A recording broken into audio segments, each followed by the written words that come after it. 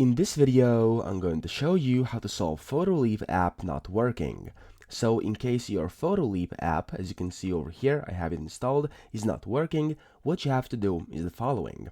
So the first potential fix is by going to your Play Store, opening it up, and then at the very bottom right, you want to tap Search, and in here, look for the Photoleap app.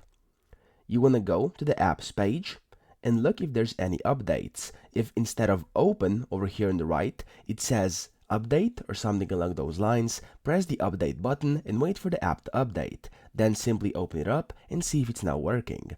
If it's not, here's what you have to do. You have to find your app on your home screen. So I have it over here, as you can see, and hold it down and press that I or info button. And when you click this, you'll be redirected to the app's info. If you can't see the info button, there's also a different way to do this, and it's simply by opening settings on your device. And then you want to look for apps. So for me, this is over here, as you can see. Simply tap apps. And then you want to go to manage apps or app list or something along those lines. Just find your list of apps on your device, just like this one over here. Then what you have to do is search for Photoleap. As you can see, it's over here. And then that's the exact same page you were at earlier. It's just a quicker way to get there if you just press it via the home screen. But if you can't do it, you can just do it just like I did right now. Now, once you do this, you want to click Storage.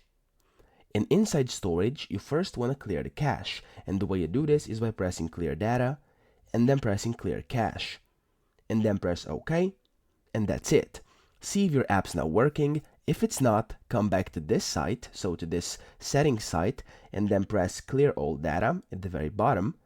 And then it will say delete all data, delete all app data, including files, settings, accounts, database, and cache will be permanently deleted. Just press OK. And what this will do, it will delete everything besides your app. Okay, so it will delete everything inside the app, all your info. You won't have to reinstall the app again. Don't worry. All you'll have to do is just log back in, because this will log you out. Okay, but the app will most likely start working after this.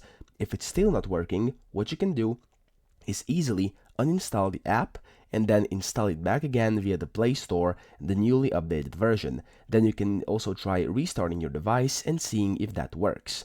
So that's pretty much it. Those are all the possible fixes to this error. I hope this video helped you out, and if it did, please subscribe to the channel and help me out as well.